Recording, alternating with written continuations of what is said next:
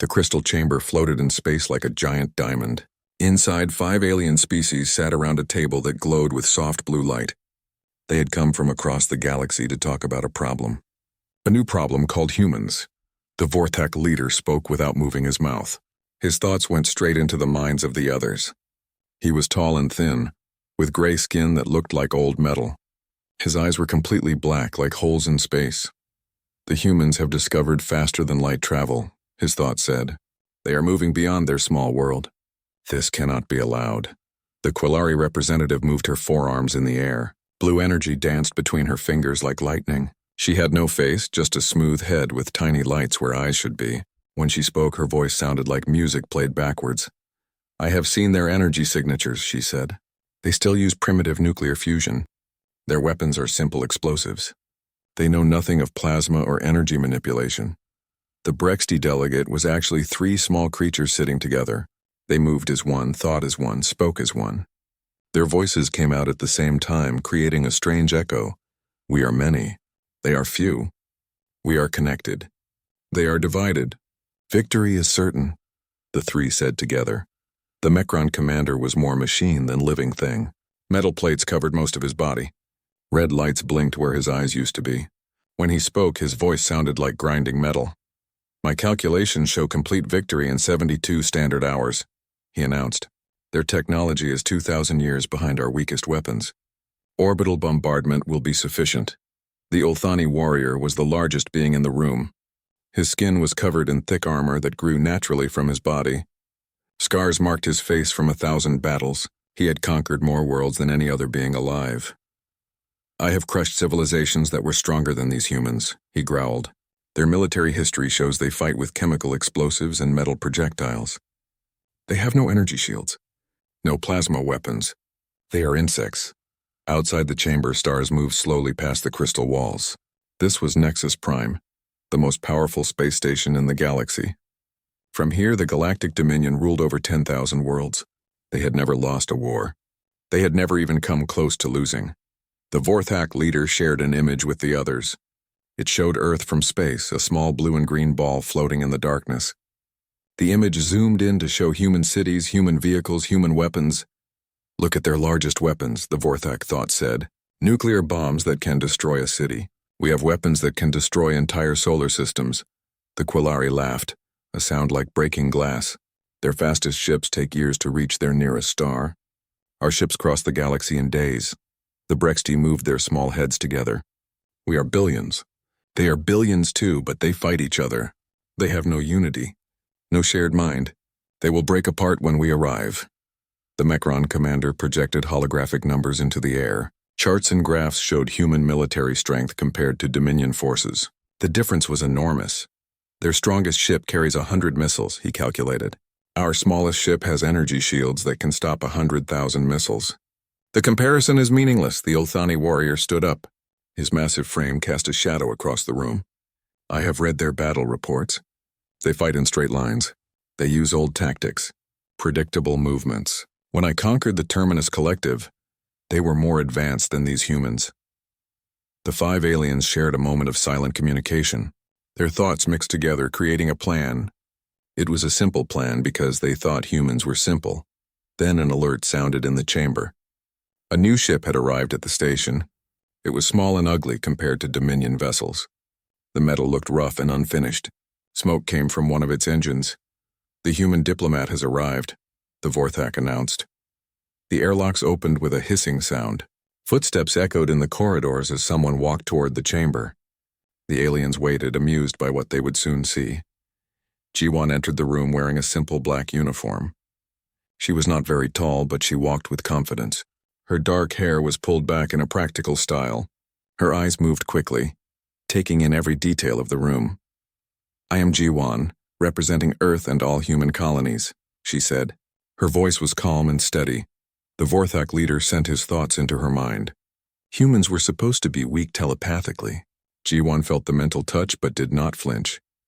Human Ji-Won, the thought said. You have been called here to receive the terms of surrender. Ji-Won raised an eyebrow. Surrender? I was told this was a first contact diplomatic meeting. The Quillari moved her arms and energy sparked between them. Your species will submit to Galactic Dominion authority. Your worlds will be placed under our control. Your military will be disbanded. Your technology will be confiscated. And if we refuse? Jiwan asked. The Brexty spoke together. Refusal means destruction. Complete destruction. All humans. All worlds.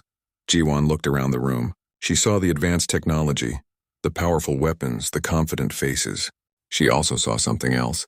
She saw beings who had never faced a real challenge. How long do we have to decide? She asked. The Mechron commander's red eyes blinked. 24 standard hours. Exactly 1 day. And if we choose to fight? The Ilthani warrior laughed, a sound like breaking rocks. You would be destroyed in less than 3 days. Probably 2.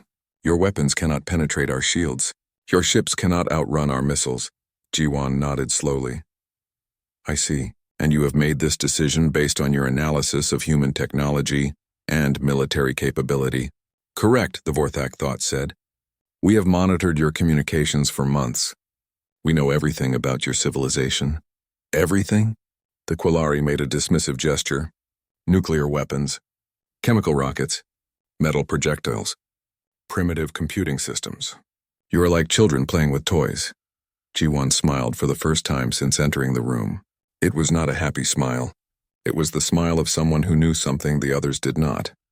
I understand your position, she said. I will return to Earth with your ultimatum. In 24 hours you will have our answer. The answer is obvious, the Ilthani growled. Surrender or die. Perhaps, Jiwan said.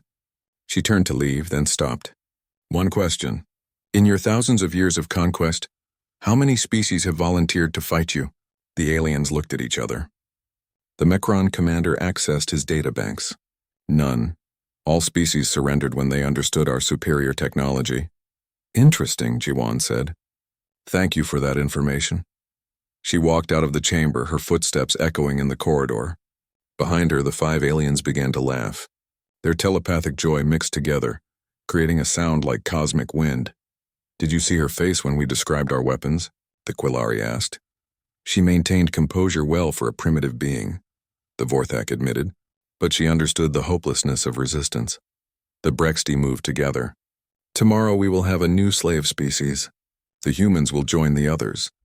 The Mechron commander was already calculating resource allocation. Their worlds have useful minerals. Their population can provide labor. The integration will be efficient. The Ilthani warrior was thinking about battle. Perhaps some of them will resist. It has been years since I had a proper fight, even a short one. As Jiwan's ship left the station, the 5 aliens continued their planning. They discussed orbital bombardment patterns. They talked about which human cities to destroy first. They planned the conquest of Earth like they had planned the conquest of hundreds of other worlds. None of them noticed that Jiwan's ship took a strange path as it left. It moved past several Dominion vessels, its sensors recording everything. It measured energy signatures, weapon placements, shield frequencies. None of them wondered why a supposedly primitive diplomat asked such specific questions about their military history. None of them thought it was odd that humans would volunteer to fight against impossible odds. They were about to learn something that no other species had ever taught them. They were about to discover what made humans different from every other civilization in the galaxy. But for now, they laughed and planned and prepared for what they thought would be the easiest conquest in Dominion history. The alien fleet dropped out of faster-than-light travel at the edge of Earth's solar system. 500 massive ships appeared in perfect formation, their hulls gleaming with energy shields and weapon arrays. Each ship was a city in space, carrying thousands of warriors and enough firepower to destroy entire worlds. On the command ship, the Vorthak High Sage sent his thoughts across the fleet. His mental voice reached every alien commander at the same time. Begin standard conquest protocol, his thoughts commanded. Expect human surrender within the first hour. The Quillari war mistress stood on the bridge of her vessel, energy crackling around her 4 arms. She had destroyed 12 civilizations and never lost a battle. Her sensors showed the inner solar system clearly. I detect primitive ships around the 3rd planet, she reported. 30 vessels maximum. Chemical propulsion systems. No energy signatures above baseline. The Brexty Collective spoke through their command cluster. 3 beings sharing one mind across 1,000 ships. Their unified voice echoed through the communication channels. "We see defensive positions around the planet's moon. Standard formation. Predictable tactics. Victory is certain." The Mechron warmind calculated battle probabilities with machine precision. His cybernetic brain processed data from 10,000 sensors simultaneously. Enemy fleet composition. Obsolete designs, minimal shielding, kinetic weapons only. Combat duration estimate 2.3 hours maximum, the Elthani battlelord growled as he studied the tactical displays. He had conquered more worlds than any living being, and humans looked weaker than his easiest victories. "Their ships are not even trying to hide," he snarled. "They sit in the open like targets. This will be disappointing." The alien fleet moved forward in perfect formation. They had used the same battle strategy for thousands of years because it always worked. Overwhelming firepower applied to key defensive positions. Orbital bombardment of population centers. Systematic destruction of all resistance. They expected to find human ships retreating toward their planet. They expected desperate defense attempts and futile last stands. They expected fear. Instead, they found something that confused them. The human ships were moving toward them. On the bridge of the human flagship, Admiral Deho watched the alien fleet approach. His ship looked like an old cargo vessel, but it was actually the most advanced warship Earth had ever built. Hidden beneath its rusty exterior were weapons that the aliens had never seen before. "Range to enemy fleet?" he asked. 12 million kilometers in closing, Una replied from her tactical station. She was young but brilliant, and she had spent months studying alien combat patterns. "Signal from Alien Command," reported the communications officer. "They're demanding our surrender." Admiral Deho smiled. "Open a channel." The main screen flickered, showing the face of the Vorthak High Sage. His gray features were twisted in what might have been contempt. "Human vessels?" The sage's thoughts came through the speakers. "You will stand down immediately. Your resistance is meaningless. Submit now and some of your species may be spared." Admiral Deho looked directly into the alien's black eyes. "I appreciate your offer," he said calmly, "but we're going to have to decline. Also, you might want to reconsider your approach." The Vorthak's thoughts turned sharp with anger. "You dare refuse the Galactic Dominion? We have conquered 10,000 worlds. Your primitive weapons cannot harm our ships." "Maybe," Admiral Deho said, "but you've never fought humans before." The communication ended. Around the solar system, both fleets prepared for battle, but they were preparing for completely different kinds of warfare. The alien commanders checked their weapons and shields. Everything was working perfectly. Their energy cannons could vaporize mountains. Their shields could stop nuclear missiles. Their ships were invulnerable to anything humans could build. The human commanders checked their positions and timing. Everything had to happen exactly right. One mistake would mean extinction for their entire species. Captain Jamin led the first squadron of human fighters. His ships looked small and weak compared to the alien giants, but they were exactly where they needed to be. "Remember," he told his pilots, "we're not trying to win a fight. We're trying to start a chain reaction." His squadron began what looked like a retreat, flying away from the alien fleet. The alien vanguard ships pursued, eager for easy kills. "Enemy fighters in pursuit," Jimin reported, leading them to position Alpha. Behind the retreating human ships, the aliens saw an easy victory. Their commanders laughed as they chased the fleeing humans. This was exactly what they expected from a primitive species. What they did not see were the gravitational anomalies that Nari's team had been creating for the past 18 hours. Asteroids had been moved into precise positions throughout the solar system. Their orbits had been carefully calculated to intersect with predicted alien flight paths. The alien vanguard ships flew directly into the trap. Nari watched from Earth's surface as her calculations became reality. At exactly the right moment, asteroid 2157 Delta completed its adjusted orbit and appeared directly in front of the alien formation. But this was not just a collision. The asteroid had been accelerated using gravitational slingshots around Jupiter and Mars. It was moving at nearly 1% of light. Speed when it hit the first alien ship under energy. Shields meant nothing against that much kinetic force. The asteroid went through the alien vessel like a bullet through paper. The ship's hull crumpled and exploded. Secondary explosions tore through the rest of the formation. The alien commanders could not understand what had happened. Their sensors showed no weapons fire, no energy signatures, no missile launches. They had been destroyed by a rock. Impossible, the Mecron warmind calculated. Asteroid impact probability was 0. Trajectory was safe. The asteroid moved, Una reported to Admiral Deho. The humans changed its orbit. For the first time in their long military careers, the alien commanders felt something they had never experienced: confusion. The Quillari war mistress tried to adapt, ordering her ships to spread out and avoid further collisions. But as they changed formation, Captain Sungho's torpedo wing struck from an unexpected direction. Sungho's ships fired weapons that looked like standard missiles. The aliens' point defense systems activated automatically, tracking the incoming projectiles. But the torpedoes vanished just before impact, phasing out of normal space. They reappeared inside the alien ship's quantum torpedoes, Seung-ho explained to his crew as alien vessels began exploding around them. They exist in parallel dimensions until they reach their targets. Energy shields can't stop what they can't detect. The quantum physics were complex, but the result was simple. Alien ships with impenetrable shields were being destroyed from the inside. The Brexty Collective tried to coordinate a response, but their shared consciousness was suddenly filled with chaos. Strange signals were being broadcast from Earth, electromagnetic patterns that felt like alien thoughts. Hana watched from her command center as the psychological warfare system activated. Her team had spent months studying Brexty mental patterns, learning how their collective mind worked. Broadcast pattern 7, she ordered. Human dream sequences mixed with mathematical paradoxes. The signal reached the Brexty ships and invaded their shared consciousness. Suddenly, thousands of alien minds were trying to process human emotions, human memories, human ways of thinking that made no sense to their collective brain.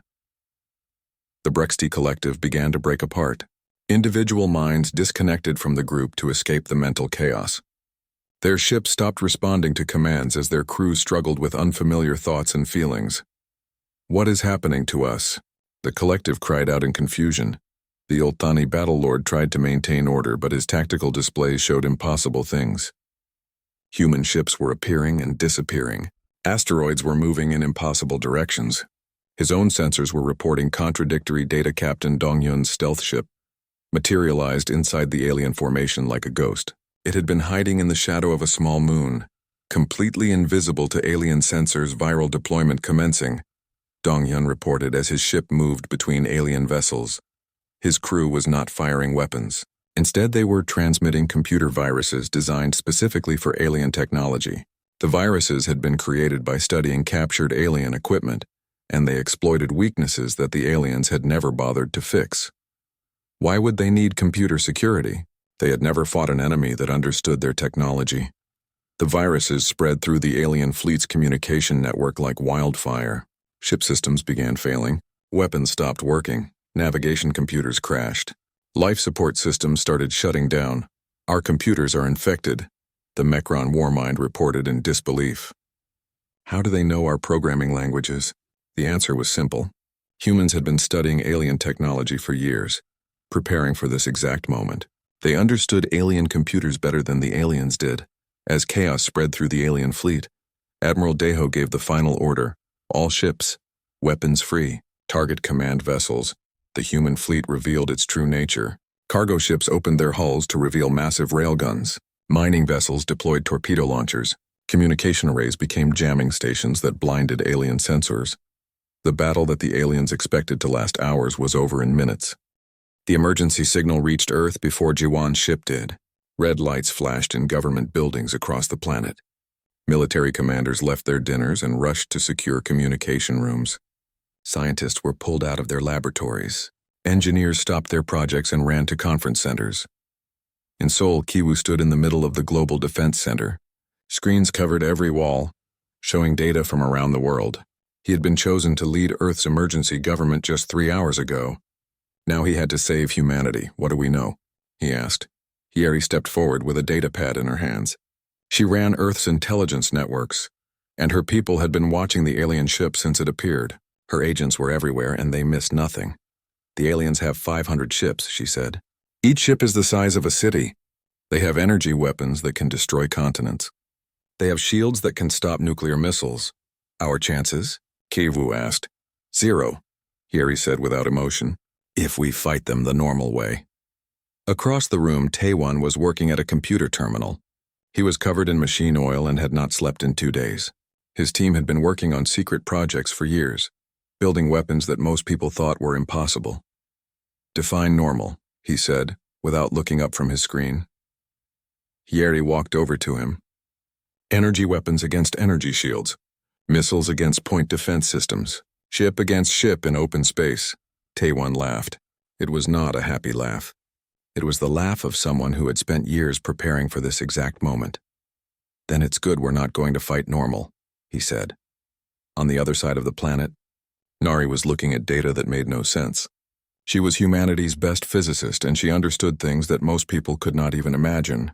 The alien ship's energy signatures were strange, but they followed patterns. "Everything follows patterns," she said to her team. "Even alien technology." Her assistant, a young man named Yuki, pointed at the screen. "Their energy shields pulse every 0.3 seconds. The frequency changes, but the timing stays the same." Nari smiled. "Because they're using quantum field manipulation.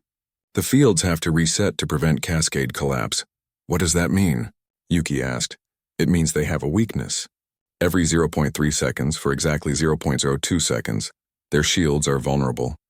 In orbit around Earth, Soman watched alien probe ships move through the outer solar system.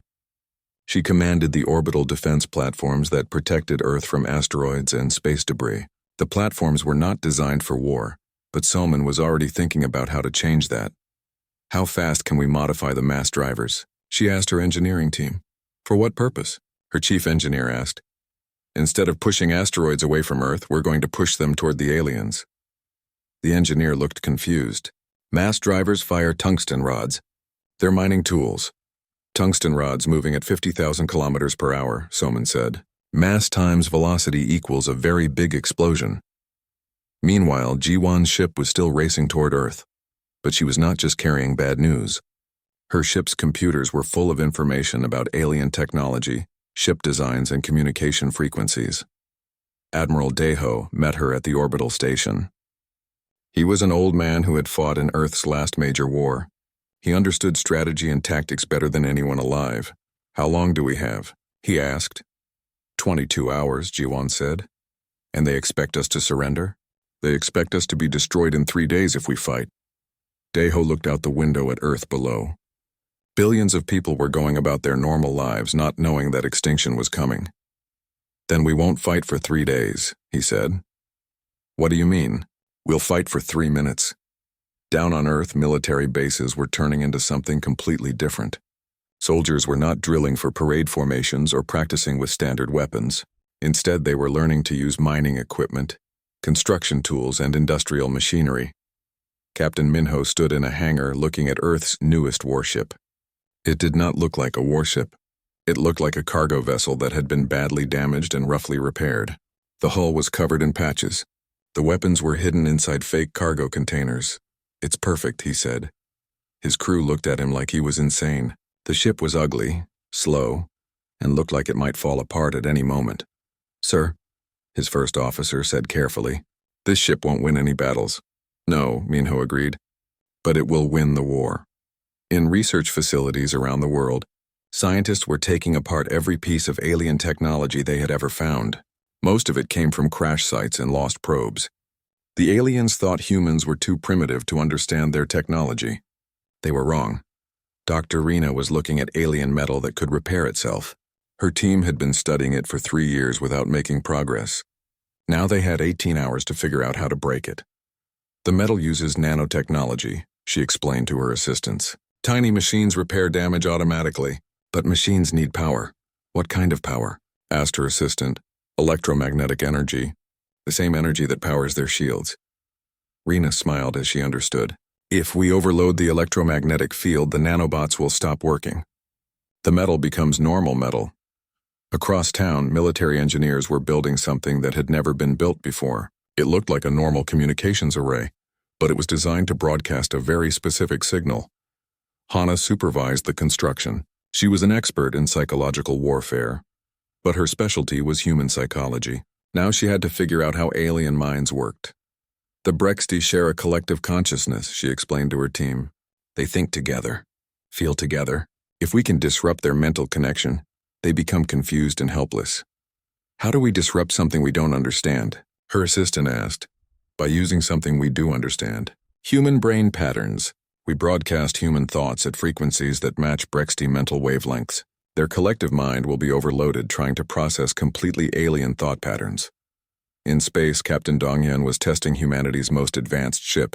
It was not very advanced by alien standards, but it had one important feature. It could hide. Stealth systems online, his pilot reported. Are we invisible? Dongyan asked. Not invisible. Just very, very quiet. The ship did not use energy shields or advanced weapons. Instead, it was covered in materials that absorbed sensor signals. It moved silently through space, leaving no trace of its passage. Back on Earth, Wusung was reading reports from human colonies on other worlds. The colonies were small and poorly defended. If the aliens attacked Earth, the colonies would be next. We need to evacuate the outer colonies, he told Kiwoo. No, Kiwoo said. We need them to stay exactly where they are. They'll be slaughtered. Not if we win in the next 24 hours. Wusung looked at the defense plans that were being drawn up around the world. They were insane. They violated every rule of military strategy. They required perfect timing and incredible luck. You really think this will work? He asked. It has to work, Kiwoo said, because we only get one chance. As night fell on Earth, factories that normally made cars and computers were retooling to make weapons. Mining ships were being converted into missile platforms. Communication satellites were being reprogrammed to broadcast jamming signals. Hyeri's intelligence network was mapping every alien ship in the approaching fleet. Her agents used radio telescopes, civilian satellites, and amateur astronomy clubs to track the enemy. They're maintaining standard formation, she reported. 5 columns, traditional spacing, predictable approach vector. Have they ever changed formation during battle? Admiral Daeho asked. Never. They use the same tactics for every conquest. Good. Predictable enemies are dead enemies. Taewon's team was making final adjustments to their secret weapons. They had been working on quantum technology for years, but no one thought it was ready for combat. They were about to find out if years of theory could become reality in a few hours. How many torpedoes can we build? Admiral Daeho asked. 12, Taewon said. Maybe 15 if we skip some safety tests. Skip the tests. Build 20. 20 might explode when we fire them. Then build 25. Nari was working on the most important calculations of her life. She was figuring out how to turn the solar system itself into a weapon. Asteroids, planets, gravity wells, solar radiation. Everything could be used if you understood the mathematics. We need to move asteroid 2157 Delta, she told the mining crews. That asteroid is 50 kilometers wide, the crew chief said. It would take years to move it. We don't need to move it far. Just change its orbit by 1 degree. Why? Because in 18 hours it will be exactly where the alien fleet doesn't expect it to be. All across Earth, humans were doing what they did best. They were adapting. They were improvising. They were finding new ways to solve impossible problems. The aliens expected panic. Instead, they monitored radio signals that showed increased industrial activity, scientific collaboration, and what appeared to be excited planning sessions. They could not understand why humans seemed happy about the approaching battle. They did not realize that humans had been preparing for this moment without knowing it. Every war, every conflict, every struggle in human history had been practiced for this day. Captain Minho stood on the bridge of his disguised warship as it moved toward the outer solar system. The alien fleet was in chaos. Ships that had never been damaged in 1,000 battles were now drifting in space with dead engines and failing life support. The perfect formations that had conquered galaxies were scattered like leaves in a storm. On the Mekron command vessel, the Warmind tried to calculate what had gone wrong. His cybernetic brain processed data at incredible speeds, but the numbers made no sense. Battle duration, 18 minutes 34 seconds, he computed out loud. Expected duration, 72 hours minimum. Error margin, impossible. His tactical officers stared at screens showing impossible readings. Human weapons that should not exist. Combat strategies that violated all known military doctrine. Technology that seemed to work by breaking the laws of physics. How did they phase torpedoes through our shields? One officer asked. Unknown, the Warmind replied. No species has ever developed interdimensional weapons technology. How did they move asteroids into attack positions? Unknown. Gravitational manipulation requires massive energy expenditures. Their power sources should be insufficient. How did they penetrate our computer systems? Unknown. Our programming languages are classified. No external species has access to our code structures. The Warmind's calculations grew more desperate as he tried to understand the defeat. Every analysis led to the same conclusion. Humans should have lost. According to every mathematical model, every tactical simulation, every strategic projection, the aliens should have won easily, but they had lost, badly. On the Quillari vessel, the War Mistress held her forearms steady as energy crackled around her fingertips. Her ship was damaged but still functional. Her crew was confused but still alive. She was trying to understand how humans had developed weapons that could disrupt energy fields. Mistress, her science officer reported, the human energy disruptors are not advanced technology. Explain. They are using electromagnetic pulse weapons. Very simple design. They overload our energy systems with raw electrical power. The War Mistress felt something she had never experienced before. Embarrassment. Simple weapons defeated our advanced shields. Yes, Mistress. Our shields are designed to stop complex energy attacks. They cannot handle massive electromagnetic overload. Why did we not anticipate this? The science officer hesitated. Because no species has ever used such primitive methods against us. They always try to match our technology level. The War Mistress realized the horrible truth. Humans had won because they had refused to fight like advanced beings. They had used simple, brutal, effective weapons that bypassed sophisticated defenses. Meanwhile, the Brexty Collective was suffering from something worse than military defeat.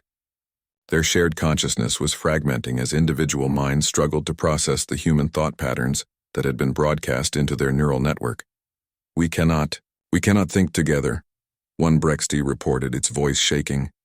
The human minds are too strange, another added. Their thoughts do not follow logical patterns. They think in chaos, a third said. Random connections. Emotional responses. How do they function with such mental disorder? The collective had always been their greatest strength. Thousands of minds working as one, sharing knowledge instantly, coordinating perfectly.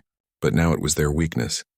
Human thoughts had infected their network like a virus, spreading confusion and discord. For the first time in their species' history, the Brexty were thinking as individuals, and they did not know how to handle it. On the Ulthani battlecruiser, the Battle Lord stood among the wreckage of his command center. Sparks flew from damaged equipment. Emergency lights cast red shadows on the walls. His crew worked frantically to restore basic systems. Status report, he growled. Hull breaches on decks 7 through 12, his engineer reported. Weapon systems offline. Shields at 15% power. How did they penetrate our armor? Sir, they did not use energy weapons or explosives. They used kinetic projectiles fired at extremely high velocity. The Battlelord's scarred face twisted in confusion. Kinetic weapons? They threw rocks at us? Yes, sir. But the rocks were moving at significant fractions of light speed. At those velocities, mass becomes a devastating weapon. The Battlelord had fought every type of warrior in the galaxy. Energy beings, machine intelligences, hive minds, warrior castes. But he had never fought anyone who used rocks as weapons of mass destruction. They turned their entire solar system into a weapon, he realized. Planets, asteroids, gravity fields, everything became ammunition. His tactical officer nodded grimly. They did not try to outgun us, sir.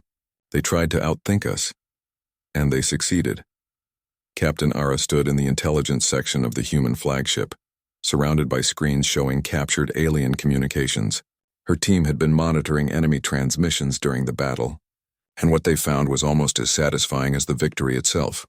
The aliens are completely confused, she reported to Admiral Deho. They cannot understand how we won. What are they saying? They keep calculating battle probabilities. Every analysis says they should have won. Their computers cannot accept the actual results. Admiral Deho smiled grimly. They made the mistake of thinking war is about technology. What is war about? Ara asked. War is about thinking faster than your enemy, understanding what they expect, then doing something completely different. On another human ship, Captain Jihoon was leading boarding parties onto damaged alien vessels. His teams were not there to capture territory or take prisoners. They were there to plant more computer viruses and gather intelligence. What are we looking for? One of his soldiers asked as they moved through alien corridors. Everything, Jihoon replied. Ship designs, weapon specifications, communication codes, tactical manuals.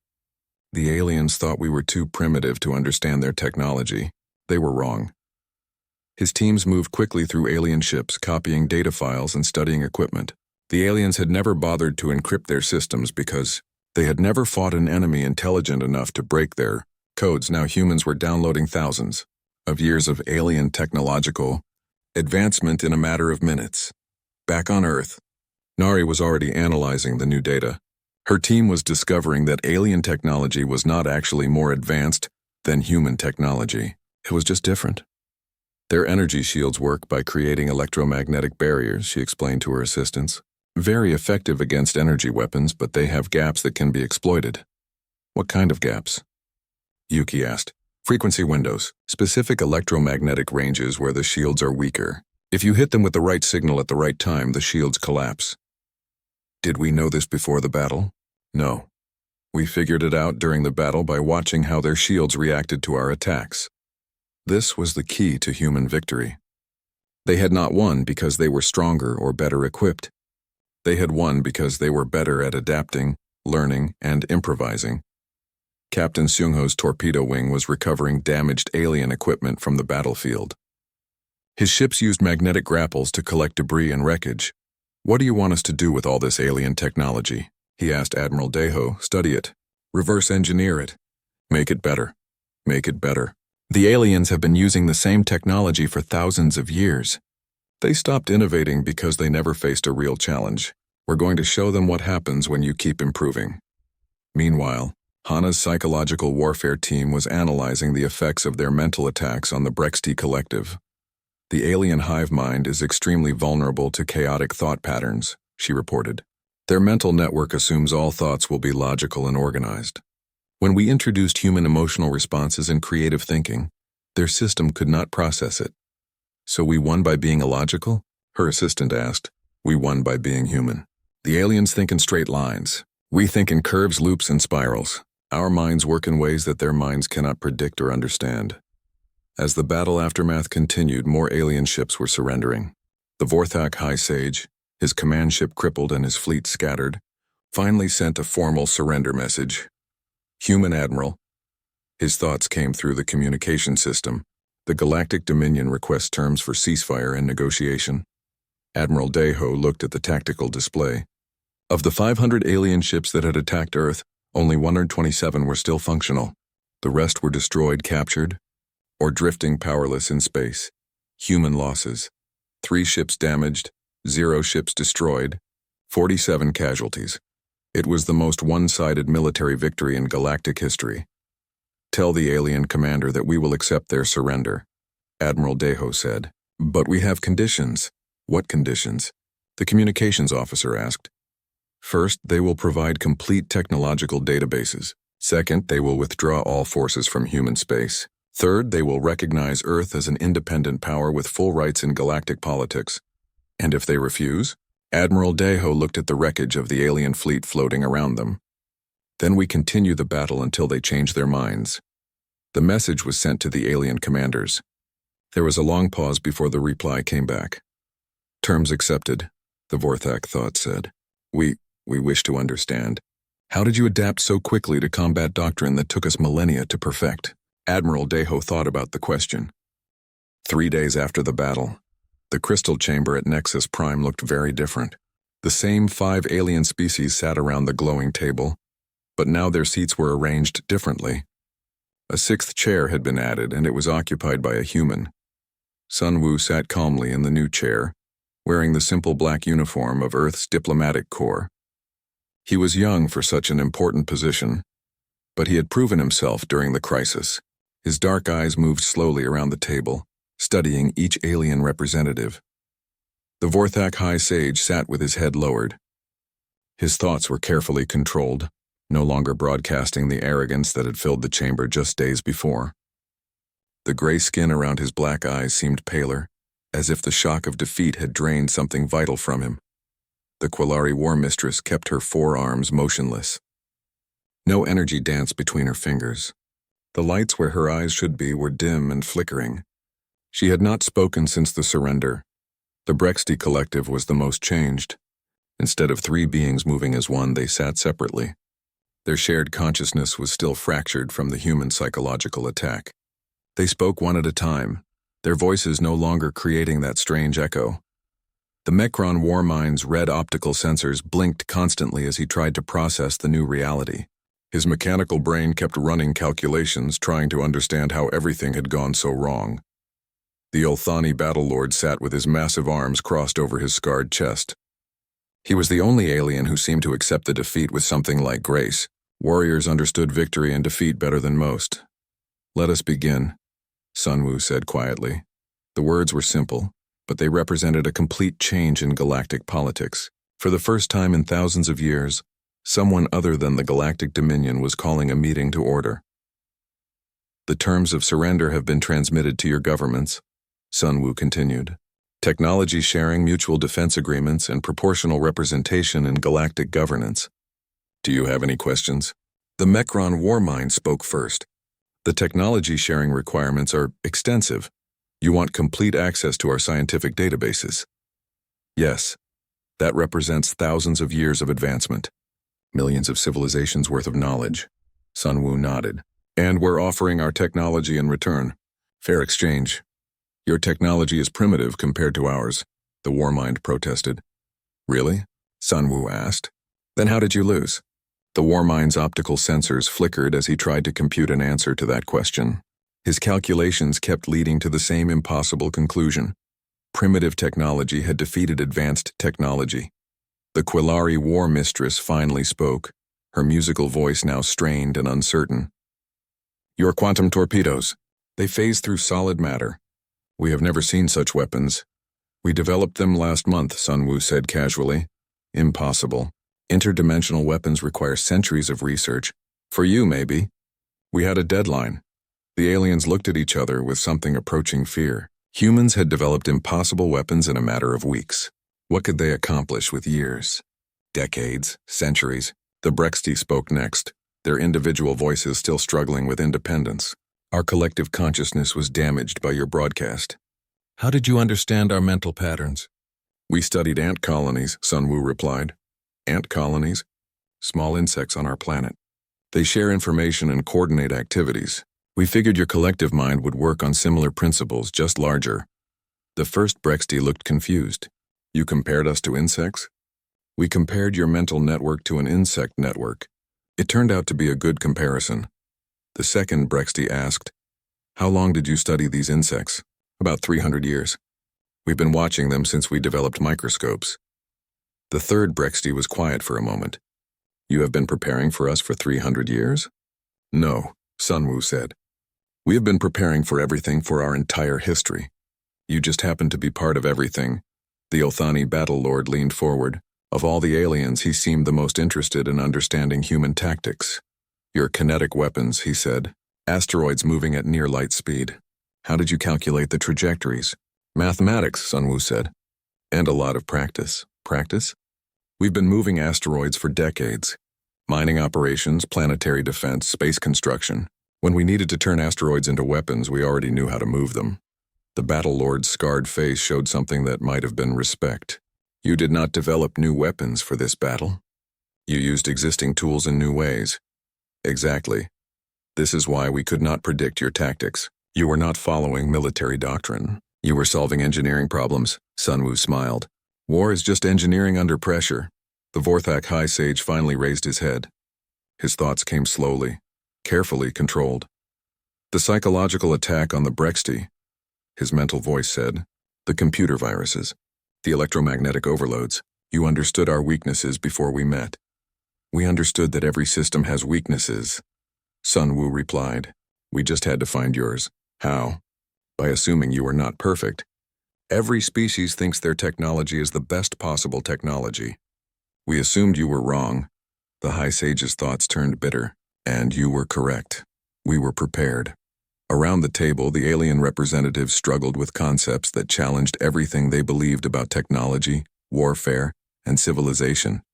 They had ruled the galaxy by being stronger, more advanced, more experienced than everyone else. But humans had not tried to be stronger or more advanced. They had simply tried to be more creative. Captain Isel's ship was the first human vessel to dock at a Galactic Dominion station as an equal partner. Her crew walked through corridors that had been built by dozens of different alien species, representing thousands of years of galactic civilization. "It's beautiful," her navigator said, looking at the crystalline walls and floating platforms. "It's efficient," Isel corrected. "Beauty is secondary to function here." "Is that bad?" Isel thought about it. "Not bad. Just different. They built this station to last forever. We would have built it to adapt to changing needs." In another part of the station, Wusung was overseeing the first prisoner exchange between humans and aliens. The captured alien crews were being returned to their ships in exchange for complete technological databases. "They seem surprised that we're treating them well," his assistant observed. "They expected us to be like them," Wusung said. "Conquerors who enslave defeated enemies. What are we like? Humans who want to understand our new neighbors." The alien prisoners were indeed surprised. They had expected torture, imprisonment, or execution. Instead, they found humans who were curious about alien culture, eager to learn alien languages and willing to share human food and entertainment. "Why are you being kind to us?" one Mecron prisoner asked. "Because the war is over," Wusung replied. "You are not our enemies anymore. You are our neighbors." Back in the crystal chamber, the negotiations continued. The aliens were learning that humans approached diplomacy the same way they approached warfare, by finding creative solutions to complex problems. "The proportional representation requirement," the Quillari War Mistress said. "You want seats on the Galactic Council based on military contribution." "Based on ability to defend galactic civilization," Sunwoo corrected. "You defeated us in 18 minutes. Your military contribution would be significant. We hope so. The galaxy is a dangerous place. There might be threats that require all of us working together." The War Mistress looked confused. "What threats?" "The Galactic Dominion controls all known space." "All previously known space," Sunwoo said. "But space is very large. There might be civilizations out there that make us all look primitive." This was a new concept for the aliens. They had been the ultimate power for so long that they had stopped thinking about greater challenges. "You believe there are species more advanced than us?" the Mecron Warmind asked. "I believe there are species different from us," Sunwoo said. "And different can be more dangerous than advanced." The Warmind processed this statement. "You are planning for unknown threats. We are planning for everything we can imagine and some things we cannot imagine yet. This is how you defeated us. You prepared for scenarios we never considered. This is how we survive. We assume the universe is full of surprises." As the negotiations continued, reports came in from across the galaxy. Human exploration ships were already moving beyond the boundaries of Dominion space. Human scientists were studying alien technology and finding ways to improve it.